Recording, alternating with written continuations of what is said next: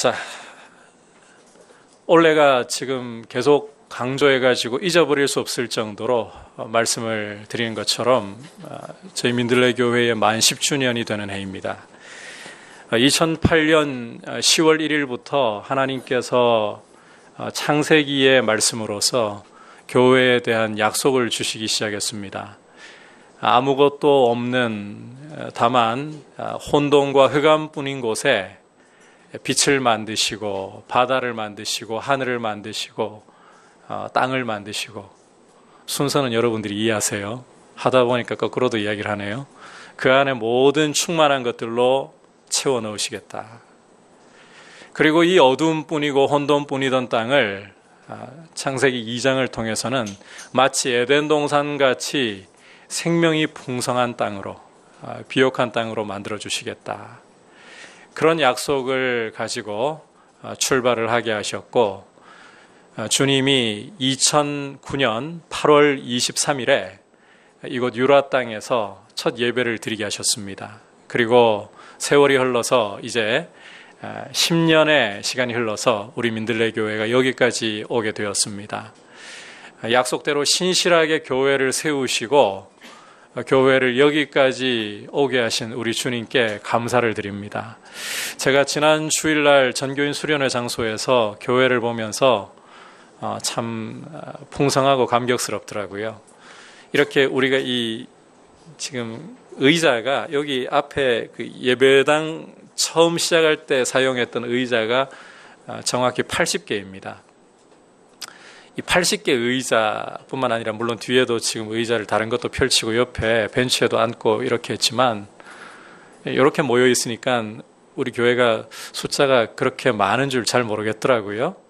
그런데 이번에 수련회 장소에서 이 홀에서 교회를 펼쳐놓고 보니까 사실 못 오신 분들도 제법 계셨습니다. 못 온 아이들도 제법 있었고, 교회가 이 장소가 부족하다 할 정도로 그 홀이 꽉 차고도 더 자리를 만들어야 할 정도로 그렇게 풍성하게 하나님이 교회를 이렇게 세워오셨고 채워오셨구나 하는 것을 볼 수가 있었습니다. 참 감사한 일입니다. 숫자가 전부는 아니지만 주님이 이렇게까지 교회를 풍성하게 오신 흔적을 보는 것이기 때문에 주님께 영광을 돌려드립니다. 오늘 우리가 함께 읽은 이 여호수아의 말씀은 이스라엘이 가나안 땅에 들어가기 전 주신 말씀이라고 할 수 있습니다. 아니, 사실은 이제 가나안 땅에 발을 붙인 상황에서 주신 말씀입니다. 하나님이 이스라엘 앞에서 요단강물을 완전히 말려서 마른 땅으로 건너게 하신 후에 이스라엘의 12지파 가운데 족장 한 사람씩 이 요단강으로 다시 돌아 들어가서 제사장들의 발이 서 있는 그곳의 돌들을 취해서 길갈이라는 땅에 12개를 세우라. 왜 이렇게 돌들을 세워야 하는가? 하나님께서 이스라엘 앞에서 이 요단강물을 말려서 마른 땅으로 건너게 하신 것을 대대로 잊어버리지 않고 기념하게 하라. 하나님 베풀어 주신 은혜를 길갈 땅에 돌 12개를 세워둠으로써, 요단강에서 취해온 12개의 돌을 세워둠으로써 영원히 잊어버리지 말게 하라는 것입니다.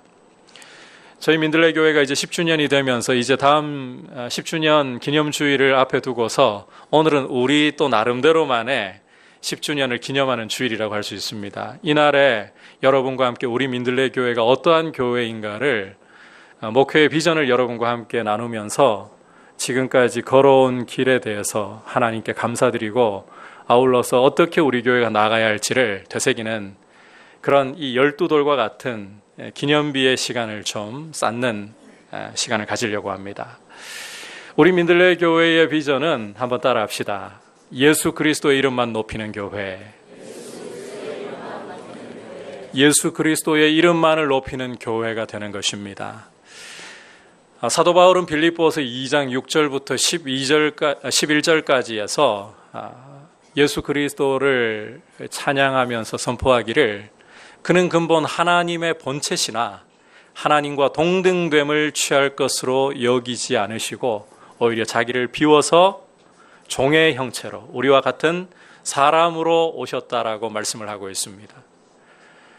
예수 그리스도께서 이 땅에 사람으로, 우리와 동일한 사람으로 오신 것은 아버지의 뜻을 이루시기 위함입니다.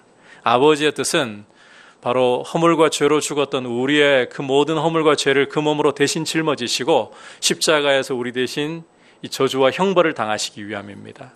그렇게 함으로써 당신의 백성을 죄에서 건져내어 하나님의 영원한 백성으로 삼으시기 위해서, 바로 이 뜻을 이루려고 예수님이 이 땅에 오셨고 아버지 뜻에 복종해서 십자가에 죽기까지 복종을 하셨습니다.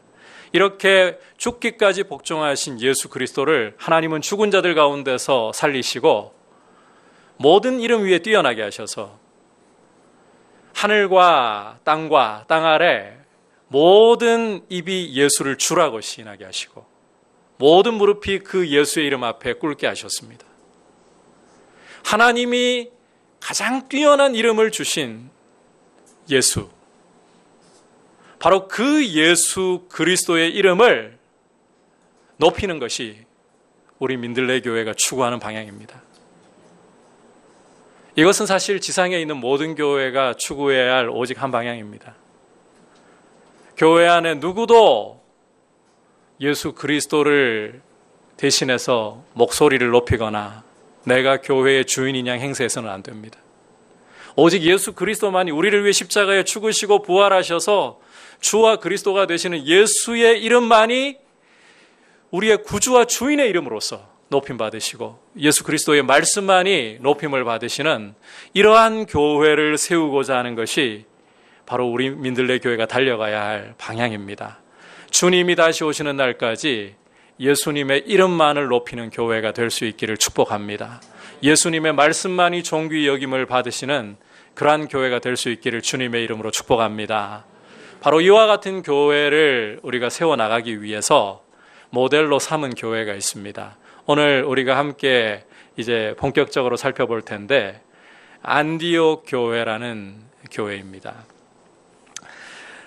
이 안디옥 교회는 5가지 중요한 특징을 가지고 있었습니다. 그 첫 번째는 한번 따라합시다. 살아있는 예배의 공동체. 살아있는 예배의 공동체라는 특징을 갖고 있었습니다. 사도행전 13장 1절부터 2절 전반부까지 함께 읽겠습니다. 시작. 안디옥 교회에 선지자들과 교사들이 있으니 곧 바나바와 니게르라 하는 시므온과 구레네 사람 루기오와 분봉왕 헤롯의 젖동생 마나엔과 미사울이라. 주를 섬겨 금식할 때에 성령이 이르시되. 자, 방금 읽은 말씀에서 사도행전의 기자인 누가는 이 안디옥 교회의 지도자들을 소개하면서 이 지도자들을 통해서 나타나고 있는 굉장히 중요한 특징 하나, 안디옥 교회의 중요한 특징 하나를 보여주고 있습니다. 그것은 바로 예배입니다. 예배. 2절에 주를 섬겨라고 말씀을 하는 것을 보실 수 있을 텐데, 이 주를 섬겨라는 말씀의 원뜻은 주를 예배하여, 주님을 예배하여라는 뜻입니다. 이 안디옥 교회를 떠올리면 그 지도자들부터가 예배에 그야말로 목숨을 걸 정도로 예배가 떠오르는 공동체. 예배가 안디옥 교회의 주된 특징인 그런 모습을 가진 공동체였다는 것을 우리가 확인할 수가 있는 겁니다.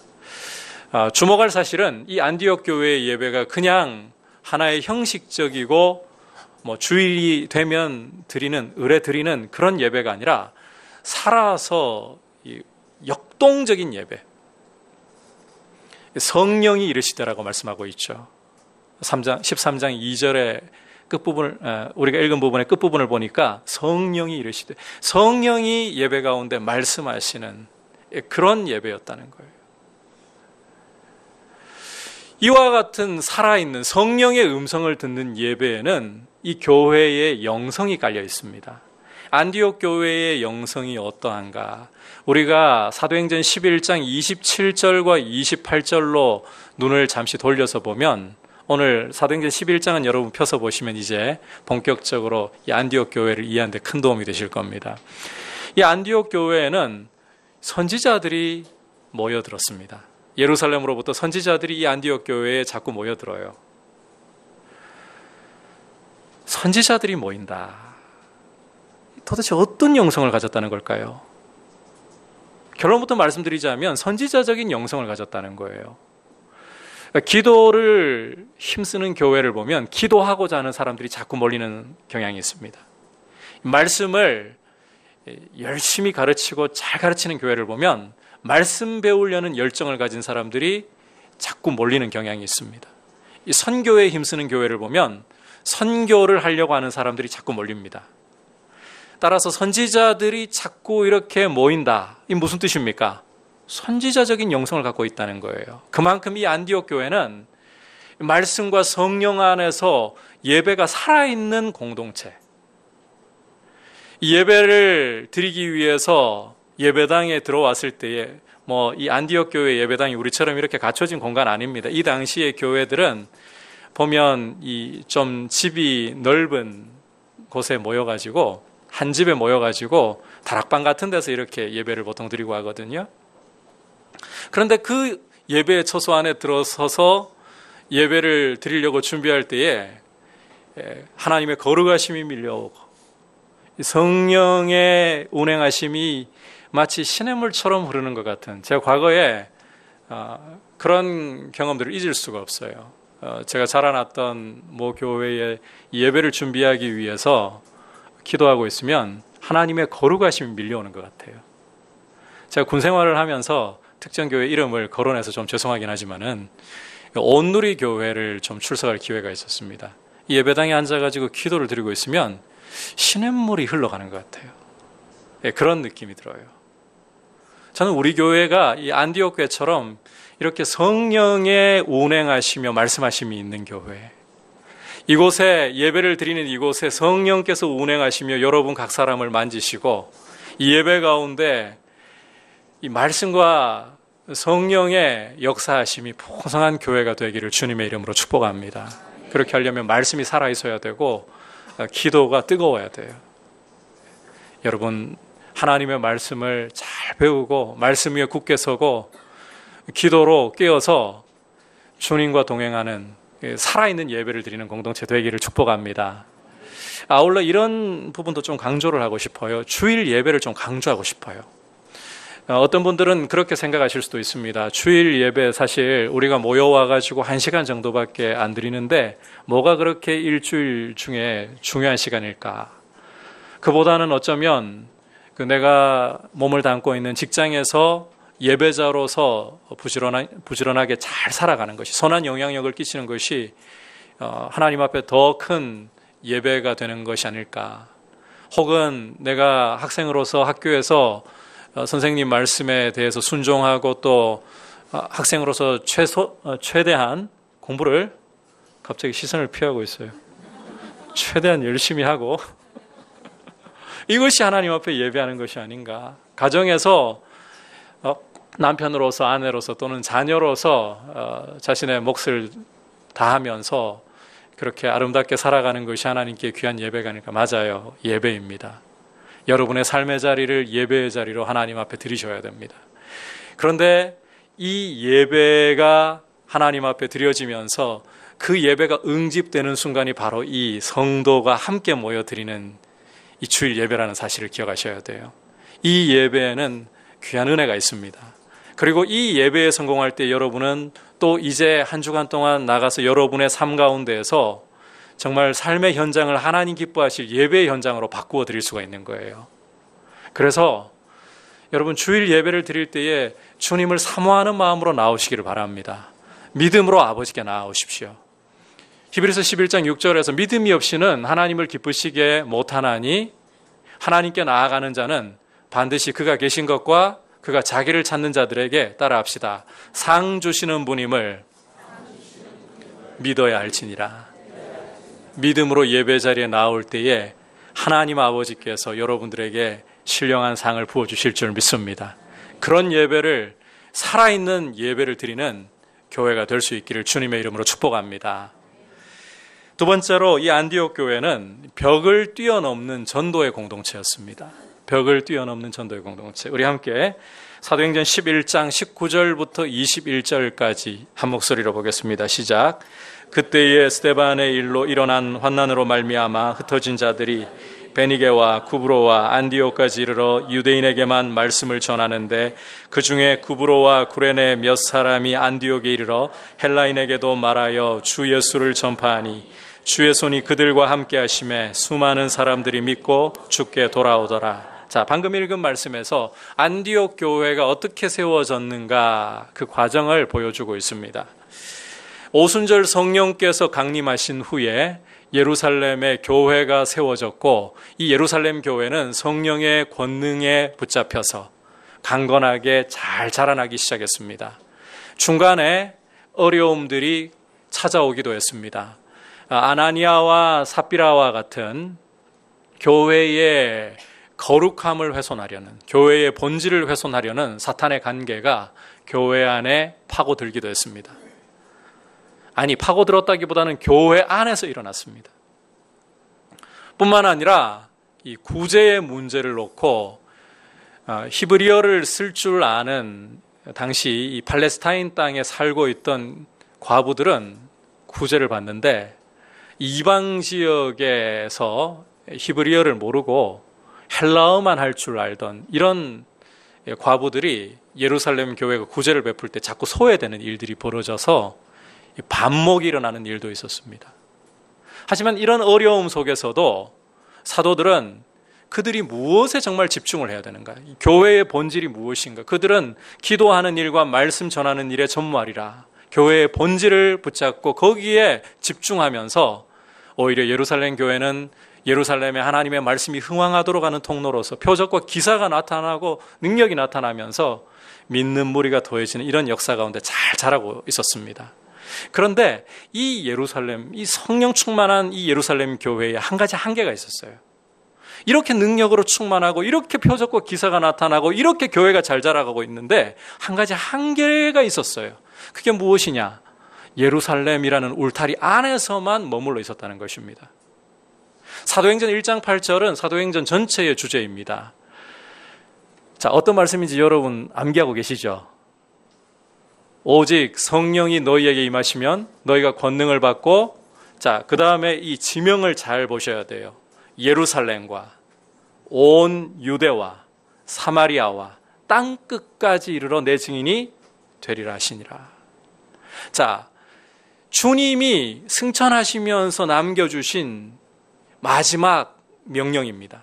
이 땅에서의 마지막 명령입니다. 그래서 가장 위대한 명령이라고 우리가 부르죠. 지상명령이라고. 이 명령을 보면 교회는 성령을 받아 주님의 증인이 되어서 예루살렘 안에만 있는 것이 아니라 온 유대로, 사마리아로, 땅 끝까지 증인이 되어서 홀씨가 되어서 날아가야 되는 거예요. 그런데 이 예루살렘 교회는 성령의 그 역사와 풍성한 예배와 성도의 교제에 취해가지고 너무 좋은 건데 예루살렘이라는 울타리를 넘어가려고 하지를 않았던 거예요. 그래서 하나님이 한 가지 일을 하시는데 교회로서는 너무나도 고통스러운 순간을 맞이해야 했습니다. 순교자가 나오게 된 거예요. 예루살렘 교회의 최초의 순교자 바로 스데반 집사님이 복음을 전하다가 돌에 맞아 순교하는 일이 벌어진 거예요.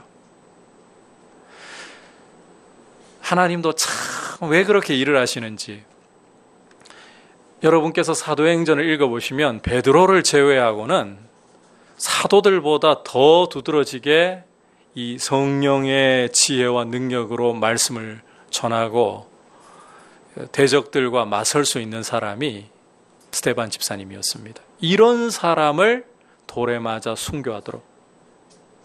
근데 이걸로도 끝이 아니었습니다. 스데반의 순교가 이 발화점이 되어가지고 예루살렘 교회에 박해가 쏟아지기 시작하는데 이제 사도들만 남고 나머지 성도들은 모조리 다 흩어지는, 눈으로 보기에는 교회의 문이 굳게 잠기고 거기에다가 아예 쇠사슬까지 묶어서 누구도 들어갈 수 없게 하는 것 같은 이런 일이 벌어지고 만 겁니다. 자, 그래서 이 성도들이 뿔뿔이 흩어지기 시작하는데 흩어지는 지명이 굉장히 중요해요. 여러분께서 사도행전 8장 1절과 4절을 보시면 이 흩어진 성도들이 어디로 가느냐? 자, 예루살렘에서 출발했죠? 그 다음에 어디로 갈까요, 이들이? 온 유대로 가고 있어요. 사마리아로 가고 있어요. 지금 어떤 말씀이 이루어지는 것 같습니까? 사도행전 1장 8절이 이루어지고 있어요.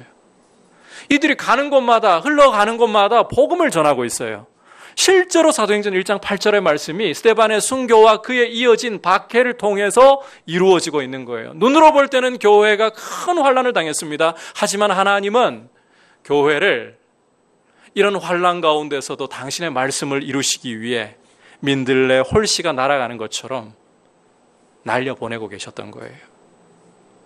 그런데 그 중에서 이제는 이 팔레스타인 땅을 넘어서서 구약시대로 치면 아람까지 올라간 사람들이 있었어요. 이방 지역으로.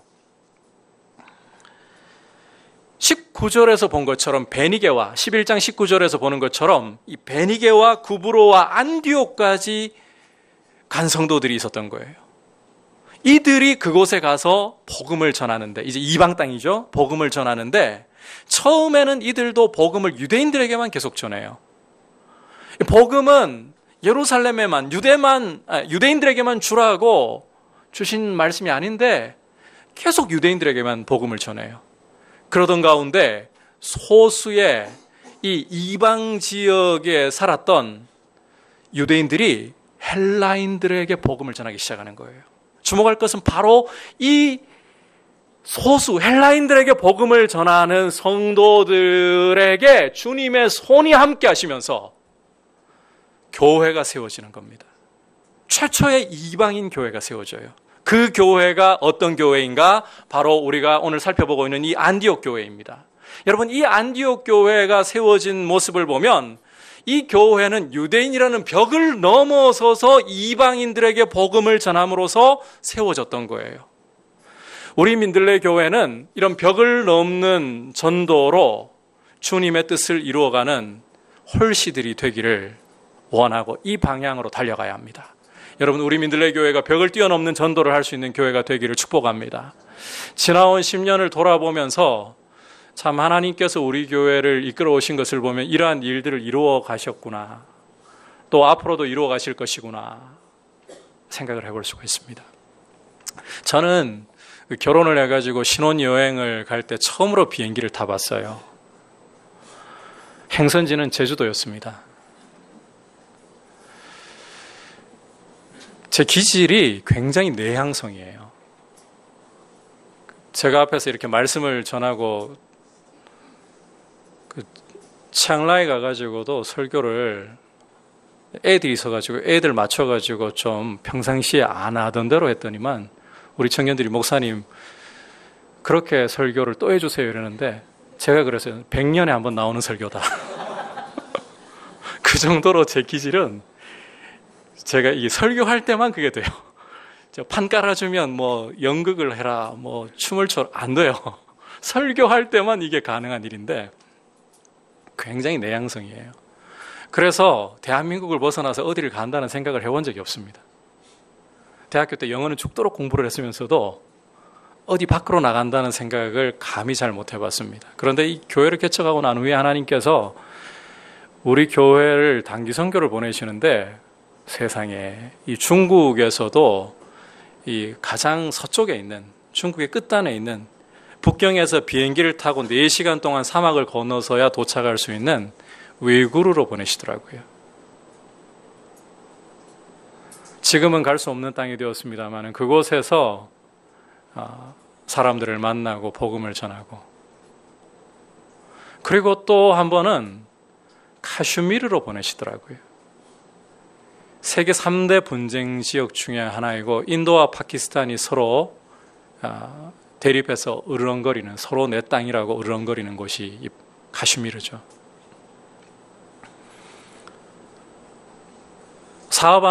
인도에서 사업하는 분이 그러더라고요. 왜 그렇게 위험한 곳에 가려고 하십니까? 세계 3대 분쟁 지역 중에 하나이니까. 그런 땅으로도 우리를 보내시더라고요. 우리를 캄보디아 땅으로도 보내시고 일본 땅으로도 보내시고 그리고 남아공 땅으로도 보내시고, 남아공은 비행기를 타고 가는 시간, 경유하는 시간까지 합치면 30시간이 걸립니다. 사실 우리나라에서 남극, 북극 빼고는 제일 멀다고 해도 과언이 아닌 곳입니다. 그곳까지 우리를 보내셔가지고 그곳에 브릿지하우스까지 마련하게 하셨어요. 사실 저는 상상을 못했던 일입니다. 그런데 하나님께서는 이 요라동에 소재하고 있는, 그것도 상가 6층에 있는, 어떻게 보면 뭐 별것도 없어 보이는 교회인데, 위구르 땅으로, 지금은 가고 싶어도 갈 수 없는 땅, 위구르 땅으로, 카슈미르 땅으로, 남아공으로, 세계 곳곳으로 우리를 보내고 계십니다. 여러분, 우리 민들레 교회가 이 벽을 뛰어넘는 전도와 선교를 힘쓸 수 있는 교회가 되기를 원합니다. 주님이 보내시는 곳이라면 어디든지 가서 그곳에서 이 복음의 홀씨가 되어 날아가서 그곳에서 새롭게 복음의 꽃을 피울 수 있는 그런 교회, 이 바로 안디옥 교회였고, 그렇게 안디옥 교회가 세워졌고 우리 민들레 교회가 그런 역할을 하는 교회가 될 수 있기를 축복합니다. 세 번째로 안디옥 교회는 사람을 세우는 교회였습니다. 계속해서 11장, 사도행전 11장 22절부터 26절까지 조금 길지만 같이 보겠습니다. 시작. 예루살렘 교회가 이 사람들의 소문을 듣고 바나바를 안디옥까지 보내니 그가 이르러 하나님의 은혜를 보고 기뻐하여 모든 사람에게 굳건한 마음으로 주와 함께 머물러 있으라 권하니, 바나바는 착한 사람이요 성령과 믿음이 충만한 사람이라. 이에 큰 무리가 주께 더하여지더라. 바나바가 사울을 찾으러 다소에 가서 만나매 안디옥에 데리고 와서 둘이 교회에 1년간 모여 있어 큰 무리를 가르쳤고, 제자들이 안디옥에서 비로소 그리스도인이라 일컬음을 받게 되었더라. 자, 최초의 이방인 교회가 수리아 안디옥 땅에 세워졌다는 소식을 전해 듣고 예루살렘 교회는 이 이방인 교회의 목회자를 파견하기로 결정을 내렸습니다. 그리고 초대 목회자로 한 사람을 보내는데 바나바라는 분입니다. 이 바나바는 우리가 읽은 말씀에서도 보여주고 있듯이 착한 사람이요 성령과 믿음이 충만한 사람이라. 이 초대 목회자인 이 바나바가, 성령과 믿음이 충만한 이 바나바가 이 안디옥 교회를 맡아가지고 목회를 하는 거예요. 목회를 하는데 교회가 계속해서 아름답게 잘 성장을 합니다. 성장을 하다 보니까 더 이상 바나바 혼자서는 감당할 수 없을 정도로 수적으로도 성장을 한 거예요. 그래서 이 바나바가 이제 이 목회를 혼자서는 감당할 수 없고 함께 이 목회를 감당해 줄 사람이 필요한데, 그러다가 떠오른 사람이 있어요. 바로 다소에 있는 사울이라는 사람입니다. 이 사람이 시간 관계상 간단하게만 말씀드릴게요. 우리가 너무나도 잘 알고 있는 사도 바울입니다. 사도 바울을 모셔와가지고는 함께 담임 목사로서 이 안디옥 교회를 돌보는 거예요. 그렇게 한 1년 정도를 교회를 목회하면서 사람들을 가르쳐 세우는데, 한 1년 정도 지나고 나니까 이제 이 안디옥 지역에서 이 안디옥 교회 성도들을 부르는 용어가 하나 생겨났습니다. 뭡니까? 그리스도인이에요. 그리스도인. 자, 안디옥 교회 성도들이 자신의 말이나 삶이 누구를 보여주기 때문에 그리스도인이라고 불렸을까요? 누구를? 예수님. 예수 그리스도를 보여주니까. 여러분께서 오늘 함께 읽었던 이 사도행전 11장 문맥 전체를 보셔도요, 그리스도인이라고 이 밖의 사람들이 교회를 일컬어 말할 때에 부정적인 뉘앙스를 읽으실 수가 없을 겁니다. 믿지 않는 사람들이 안디옥 교회 성도들을 그리스도인이라고 일컬을 때 어떻게 일컬었는지 그들의 의도를 다 알 수는 없지만, 적어도 성경이 기록하고 보여주는 사실은 누가가 의도적으로 부정적인 색깔을 아예 포함시키지 않고 있다는 거예요.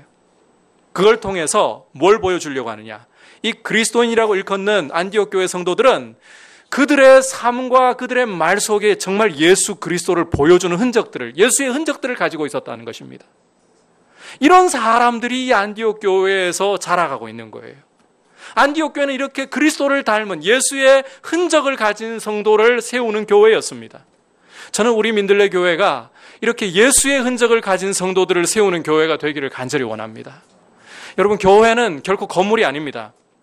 사실 우리 교회가 지난주 펼쳐놓고 보니까 얼마나 여러분들 그 예배를 드리시면서 저는 강단에 혼자 서 있으니까요. 넓어요. 굉장히 넓어요. 저 자리는. 여러분들은 저도 앉아가지고 사람들과 이렇게 다닥다닥 붙어 있으면 조금 공간도 더 젊은 사람들일수록 좀 이런 공간을 더 중시하거든요. 한 30cm 정도는 좀 띄워놓고 앉으면 좋겠는데 이런 마음이 들 수도 있는데 다닥다닥 붙어가지고 예배 드리시는 모습을 볼 때에 참 좀 더 넓은 예배당이 있으면 좋겠다 이런 마음도 들긴 하지만 우리가 예배당에 투자하지 않았습니다. 오히려 브릿지하우스에 투자를 했죠. 왜냐하면 교회는 사람이기 때문입니다. 예수의 흔적을 가지고 그 말과 그 행실 속에 예수 그리스도의 성품을 보여줄 수 있는 사람. 그게 교회예요. 여러분이 교회입니다. 여러분들을 통해서 정말 예수 그리스도의 말과 성품이 삶 속에 드러나고 사람들이 여러분을 보면서 예수의 흔적을 볼 수 있게 되기를 축복합니다. 저는 우리 민들레 교회가 그런 사람들을 세우는 교회가 되었으면 좋겠습니다. 그렇게 하기 위해서 이 오늘 사도행전 11장에서 보면 이 바나바라는 목회자가 참 중요했던 것을 볼 수가 있어요. 성령과 믿음이 충만했고 자기가 감당할 수 없을 때에는 더 좋은 목회자를, 여러분 제가 담임 목사로 있는데 또 다른 사람 여러분 담임 목사로 데려오는 게 쉬울까요? 어려울까요? 제가 한국 교회를 봐가지고 그런 일은 한 번도 없었던 것 같아요. 그런데 바나바는 그런 일을 할 수 있는 목회자였어요. 그러니까 교회가 목회자부터가 자기를 부인하고 자기보다 더 뛰어난 사람이 있으면 세워서 담임 목사의 자리에서 역할을 부여하니까 교회가 강건해질 수밖에요. 여러분, 저와 우리 사역자들이 이렇게 성령과 믿음으로 충만해서 교회를 무장시키기에 부족함이 없도록 여러분들을 그리스도인으로 무장시키는 목회자들이 될 수 있도록 기도해 주시기를 바랍니다. 그리고 우리 교회가 그렇게 사람을 세워야 돼요. 지나온 10년을 돌아볼 때에 주님께서 우리가 사람을 세우는 부분에서요, 특별히 힘쓰게 하신 영역들이 있더라고요. 다음 세대입니다. 민들레 학교를 약 8년 전에 저희가 시작을 하면서 그때는 뭐 아무것도 정말 그림도 없고 그냥 주님이 우리에게 주시는 감동을 따라서 다음 세대, 한국교회의 다음 세대가 무너져가는 것을 보면서 우리 자녀들에게 세상의 문화에 맞설 수 있는 대학 문화를 길러주는 그런 아이들로 자라게 하고 싶어서 주님이 주시는 부담을 따라서 약속을 따라서 민들레 학교를 시작을 했습니다. 좌충우돌이었죠. 노하우가 있나요? 뭐가 있나요? 그렇게 7년을 오면서 이제 올해에는 민들레 학교를 새롭게 개편했고 그 가운데에 저희가 남아공을 정탐하고 와서부터 브릿지하우스에 대한 비전을 꿈꿨고 그리고 브릿지하우스를 드디어 마련을 해서 홀시 여행을 이제 3회까지 진행을 해왔습니다. 이런 몸부림이 사실 여러분 이 다음 세대를 세우는 것은 밑빠진 독에 물 부을 각오를 하셔야 돼요. 우리 아이들에게는 투자를 해야 돼요. 교회가 주일학교 아이들을 보면서요, 돈도 안 되는 것들이라, 미안해, 그냥 귀마가. 돈도 안 되는 이렇게 이야기를 하면서 투자를 하지 않으니까요. 한국교회 주일학교가 지금 문을 닫고 있는 교회가 부지기수예요. 아이들에게 투자하는 것은 밑빠진 독에 물 붓기입니다. 교회가 다음 세대를 믿음으로 세우기 위해서는 밑빠진 독에 물 부어야 되는 거예요.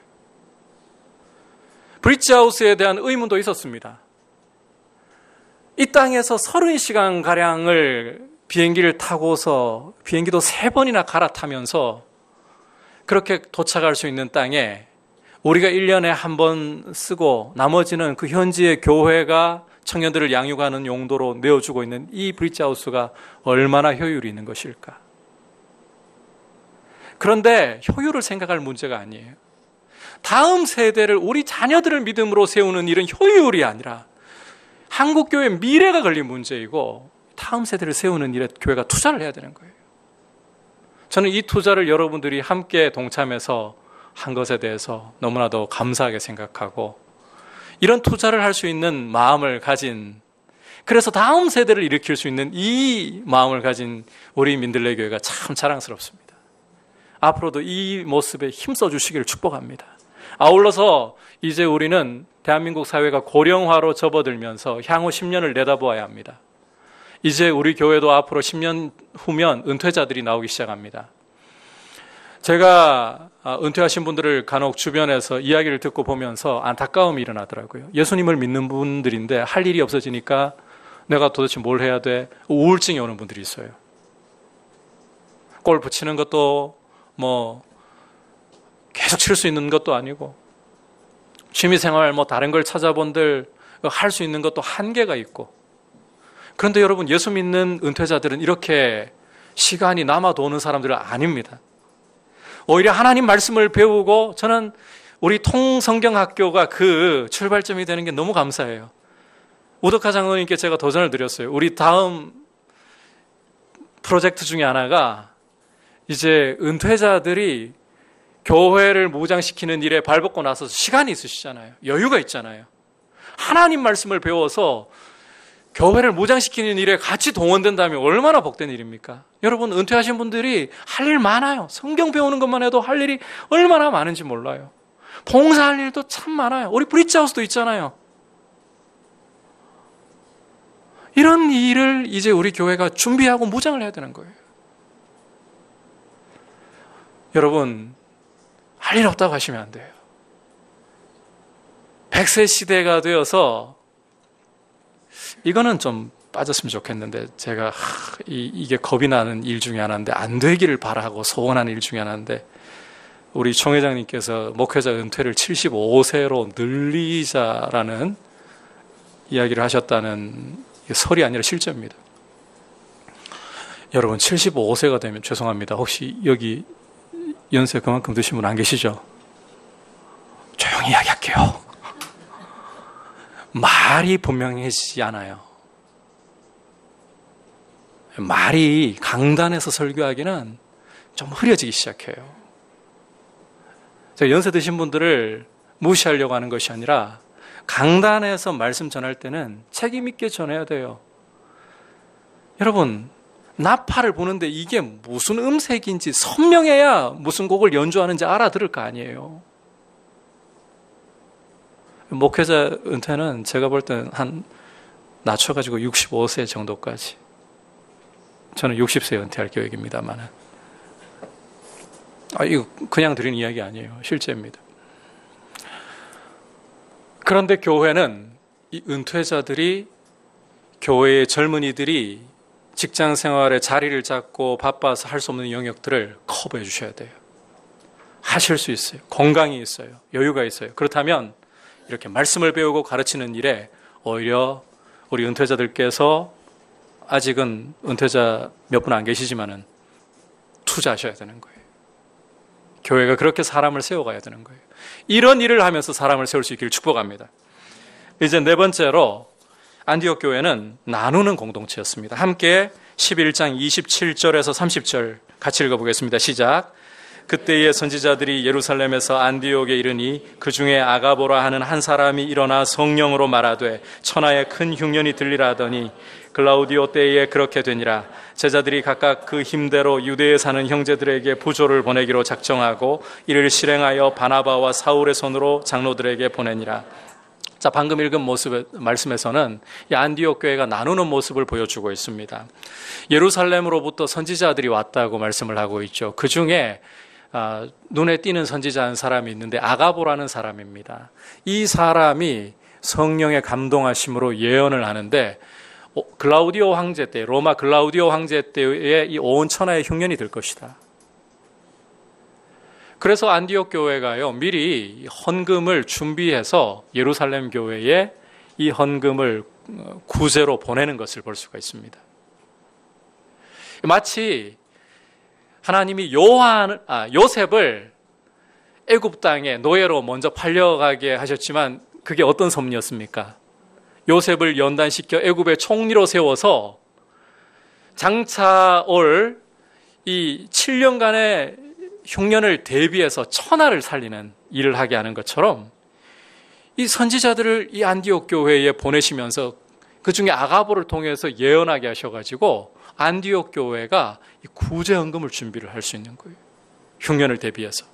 그리고는 어려움에 처한 예루살렘 교회에 이 헌금을 흘려보내는 겁니다. 그런데 여러분 아무리 잘 준비를 한다 해도 이 안디옥 교회는 넉넉한 교회 아니었습니다. 그 증거를 어디에서 찾아볼 수 있는가 하면 성경에 명시된 건 없어요. 그런데 사도행전 20장을 읽어보시면 사도 바울이 이 예루살렘으로 올라가는 길에 밀레도에 에베소 지역 목회자들을 다 불러 모아가지고는 고별 설교를 하는데 그때 자신의 이야기를 하면서 내가 에베소에서 사역을 하면서 낮에는 말씀을 전하고 밤에는 장막을 만드는 일을 하면서 우리 일행들의 비용을 감당을 했다. 이렇게 말합니다.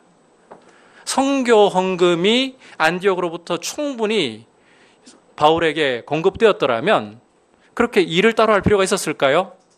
그냥 말씀 전하는 일에 전무하면 됩니다. 그런데 돈이 부족했어요. 안디옥 교회가 이 후원을 하더라도 넉넉하게 할 만한 형편은 아니었다는 거예요. 이런 교회가 성령의 말씀하심을 듣고는 준비를 해가지고 이 구제헌금을 예루살렘 교회에 더 큰 어려움을 당하고 있는 예루살렘에 전달을 해주고 있는 거예요. 형편이 넉넉해서가 아닙니다. 돈이 넘쳐나서 나누는 게 아닙니다. 어려워도 이들은 성령이 말씀하시니까 형제가 어려운 형편에 있으니까 나눌 수 있는 거예요. 이런 교회가 되어야 하지 않겠어요? 저는 우리 교회가 참 이번에 그 두 가지 면에서 너무 감사한 모습을 보이는 것을 보면서 하나님께 또 이 부분에 대해서 이것도 참 목회의 큰 보람이구나 하는 걸 느꼈습니다. 첫 번째는 향기로운 은혜교회 사실 여러분들이 잘 모르시잖아요. 향기로운 은혜교회 사택 화재가 나가지고 큰딸이 주님 품에 안기게 되고 그리고 집이 전소되어서 물건 하나 건지지 못한 이런 상황 속에서 여러분들께서 힘을 모아서 그렇게 함께 구제하는 모습을 보면서 제가 기대했던 것보다 더 풍성하게 헌금이 나왔어요. 그 모습을 보면서 참 감사하다. 큰 교회에서 보면 돈이 많은 교회에서 보면 얼마 안 되는 액수예요. 하지만 제가 이렇게 10년을 목회해 오면서 돌아볼 때에 힘써서 여러분들께서 함께 동참을 해주셨구나. 그리고 나중에 서프라이즈 할 순간이 올 겁니다만은 치앙라이 우리 청년부 수련을 하면서 청년들 재정 싸움을 했었잖아요. 청년들도 부지런히 싸운 흔적들을 갖고 있고요. 그런데 교회가 이 부분에서도 참 많이 참여를 해주셨어요. 저희가 결산을 하고 보니까 나중에 공개합니다마는 청년들도 아껴 먹었습니다. 간식 안 먹고. 생각보다 많이 남았더라고요. 서프라이즈를 할 겁니다. 기대하셔도 좋을 겁니다. 그런데 그런 부분이 여러분이 사랑으로 동참해 주셔서 이루어진 일이었어요. 브리츠하우스도 마찬가지입니다. 저는 브리츠하우스를 매입하는 과정에서 주님께 그런 기도를 드렸던 적이 있습니다. 주님, 이걸 우리가 해야 됩니까? 우리 예배당 아직도 이 빚을 갚아가고 있는 중에 있습니다. 사택도 빚을 갚아가고 있는 중에 있습니다. 우리가 돈이 넉넉한 교회 아닙니다. 그런데 다음 세대를 세운다고 그것도 가까운 땅도 아니에요. 비행기를 타고 30시간이나 가야 할 땅에 한 달 쓰고 나머지는 남아공 현지에 있는 교회의 청년들을 훈련시키는 데 내어줍니다. 주님, 이걸 왜 우리 교회가 해야 됩니까? 돈도 없는 교회인데. 제가 주님께 그렇게 여쭤봤어요. 개인적으로는 부담이 되어가지고 포기하고 싶더라고요. 안 하고 싶더라고요. 제가 자라난 모교회는 듣기로는 현금만 수십억을 갖고 있다고 하던데, 돈을 갖고 있는 교회는 그런 마음이 없고, 우리는 돈은 없는데 하라고 하시고. 근데 제가 기도를 드리면서 제 마음에 가지게 되는 확신은 그거였습니다. 돈이 있는 교회가 그 일을 했더라면 주님이 하셨다라고 과연 자랑할 수 있을까? 우리가 능력이 있으니까, 되니까. 하지만 돈도 없는 우리 교회에 이 일을 시키실 때에 고백할 수밖에 없었어요. 이 일을 하고 계시는 분은 주님이시다. 비록 우리가 이 한 달을 쓰고 나머지는 남아공 청년들을 훈련하는 일에 내어주더라도 이런 나눔을 할 수 있는 것이 얼마나 귀한 일인지 몰라요. 이런 나눔이 복된 줄 저는 믿습니다. 이렇게 나눌 수 있는 교회가 되기를 원합니다. 마지막으로 제가 교회 지나온 10년을 돌아보면서 여러분께 이 이야기를 다 풀어놔버리면 오늘 주일 하루를 다 쓰고도 밤을 새워야 될 것 같아요. 지금 최대한 요약을 하고 있다는 점을 이해해 주시길 바랍니다. 마지막으로 안디옥 교회는 파송하는, 떠나보낼 수 있는 공동체였습니다. 함께 13장, 사도행전 13장 2절, 3절 읽어보겠습니다. 시작. 주를 섬겨 금식할 때에 성령이 이르시되 내가 불러 시키는 일을 위하여 바나바와 사울을 따로 세우라 하시니 이에 금식하며 기도하고 두 사람에게 안수하여 보내니라. 앞서 우리가 이 안디옥 교회의 지도자들이 예배드리는 모습을 살펴보았었는데, 이들이 예배하는 가운데 성령의 음성을 들었다라고 했었잖아요. 이제 방금 읽은 말씀에서 그 음성의 내용이 무엇인가를 보여주고 있습니다. 저는 이 내용이 안디옥 교회의 절정에 해당하는 모습이라고 개인적으로 생각이 듭니다. 어떤 모습인가 하면 성령께서 따로 불러 시키시는 일을 위해서 바나바와 사울을 세우라는 것입니다.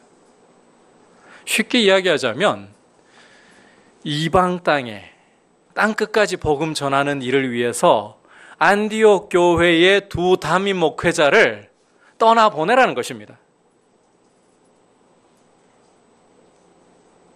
놀라운 사실은 안디옥 교회가 이 성령의 음성을 듣고 어떻게 했습니까? 담임 목회자 두 사람을 안수해서 떠나보냈습니다. 사도 바울과 바나바에게 이제는 지쳤던 걸까요?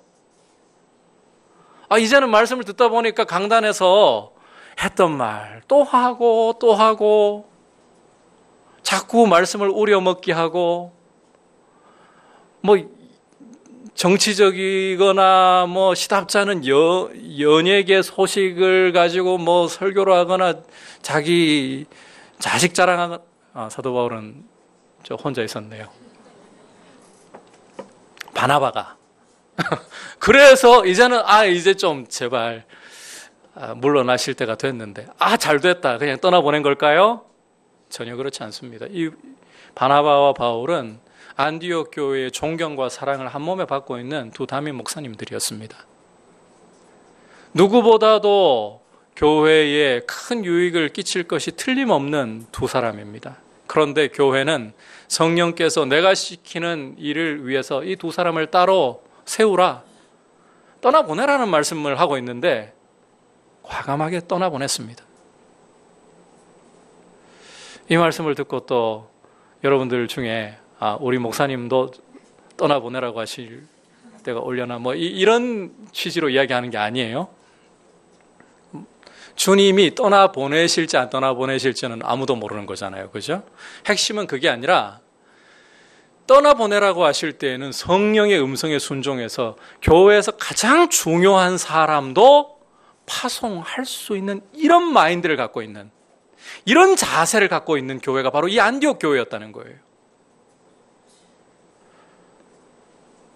이런, 사실 제가 그 이야기를 들어보면서 실제로 또 경험을 해보면서 사람 떠나보내는 게 참 쉽지 않은 일이구나 하는 것을 그 개척할 때 특히 절감을 했습니다. 개척할 때 사실 오늘 이야기가 길어지면 안 되는데 조금만 할게요.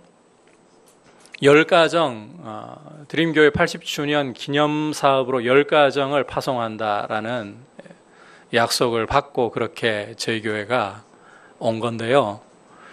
그 당시 이제 2009년 7월 31일까지 한 2주 정도의 신청 기한을 주고 7월 31일까지 등록하는 분들이, 신청하는 분들이 파송을 받아간다. 이렇게 말씀을 했습니다. 7월 31일까지 많은 사람들이 과연 누가 갈까? 안 갈까봐 걱정을 하셨던데 정확히 10가정이었어요. 그런데 7월 31일이 금요일이었어요. 그래서 어떤 분들은 주일까지 있으니까 주일날 이야기하면 되겠지 하고 그렇게 생각했던 가정들이 몇 가정 있더라고요. 그분들 다 잘렸어요. 교회에서 보내기가 너무 아까웠던 거예요.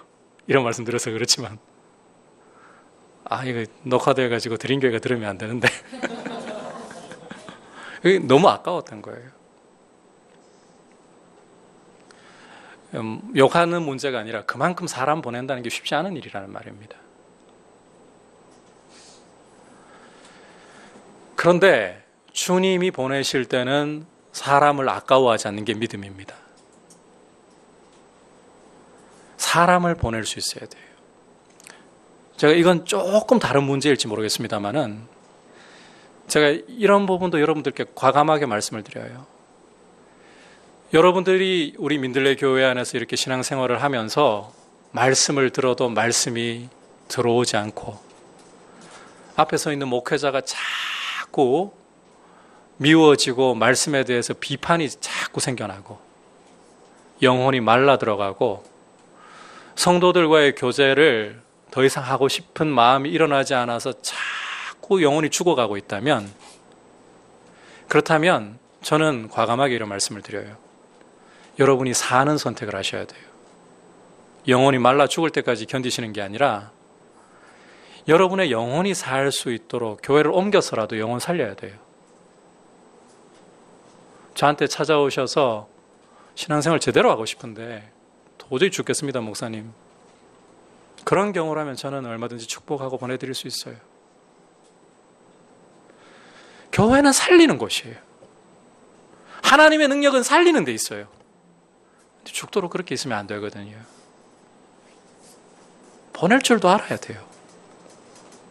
여러분, 우리 교회만이라고 생각하시면 안 돼요. 다 하나님의 교회예요. 주님이 우리 교회에 보내시면, 개척 초기에 그런 말씀 드렸었죠. 이 유라 지역에 저희가 그 두 번째로 들어온 교회입니다. 그 후에 교회들이 계속 개척해서 생겨나기 시작할 때에 저도 처음에는 약간 불안한 마음이 일어나더라고요. 이 지역은 뻔한데 이 안에 교회가 자꾸 들었으면 속된 말로 나눠먹기 아닌가. 그런 불순한 마음이 쑥 올라오더라고요.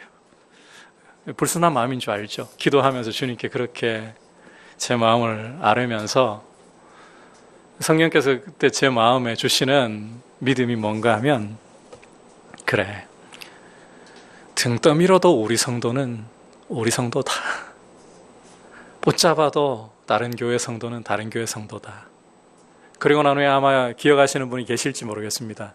제가 그런 말씀을 드렸을 거예요. 교회가 생겨나는 걸 보면 술집 생겨나는 것보다, 이단 생겨나는 것보다 감사한 일이잖아요. 교회를 보면 가시면서 축복하시라고. 그런데 새 가족들이 더 오더라고요. 보낼 줄 알아야 돼요.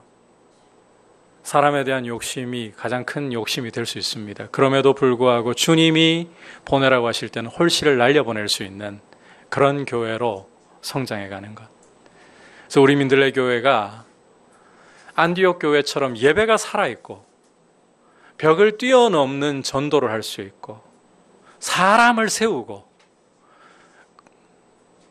나눌 줄 알고 파송할 줄 아는, 그래서 이 모든 과정들을 통해서 오직 하나, 예수 그리스도의 이름만이 존귀하게 여김받을 수 있도록 하는 교회예요. 우린 주님 오실 때까지 이 한 가지만을 염두에 두고 싶습니다. 목사인 저도 아닙니다. 우리 장로님들도 아닙니다. 누구도 아닙니다. 오직 예수의 이름만이 존귀히 여김을 받을 수 있는 교회.